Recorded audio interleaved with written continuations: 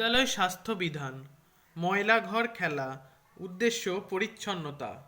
তোমরা দেখতে পাচ্ছ এখানে পরিচ্ছন্নতা কি করে করতে হবে সেগুলো দেওয়া আছে। এইবার শিক্ষার্থীদের করণীয় কাজ, ঘরে কোনো নোংরা না ফেলা, ঘরের ভেতরে জল না ফেলা, কাগজের টুকরো বাইরে, কাগজের টুকরো প্লাস্টিকের টুকরো লজেন্সের খোলা নির্দিষ্ট জায়গায় ফেলা, ঘরে নিজে থুতু না ফেলে অন্যকেও নিষেধ করা, নিজের ঘর নিজে পরিষ্কার করা, ডাস্টবিনে ময়লা ফেলার অভ্যেস গড়ে তোলা, শ্রেণীকক্ষে অবশ্যই ময়লা ফেলার পাত্র রাখতে হবে, ময়লা হাতে লাগলে অবশ্যই সাবান দিয়ে হাত ধুতে হবে। বিদ্যালয় স্বাস্থ্যবিধান, জঞ্জাল জঞ্জাল সাফ করো, জঞ্জাল সাফ, রোগ ভোগ হতে কেউ করবে না মা, বিশুদ্ধ নিরাপদ জল পেতে চাই, জলেতে নোংরা মেলে কি করে তা খায়, মিড ডে মিলের ঘর এসে ঘুরে দেখি আবর্জনায় ভরা চারিদিকে কি, কলতলা জুড়ে কত নোংরা যে পড়ে, মশা মাছি ভন ভন,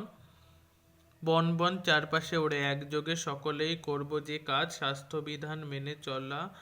তাই আজ, উদ্দেশ্য নির্মল বিদ্যালয়, পদ্ধতি দেওয়া আছে এখানে।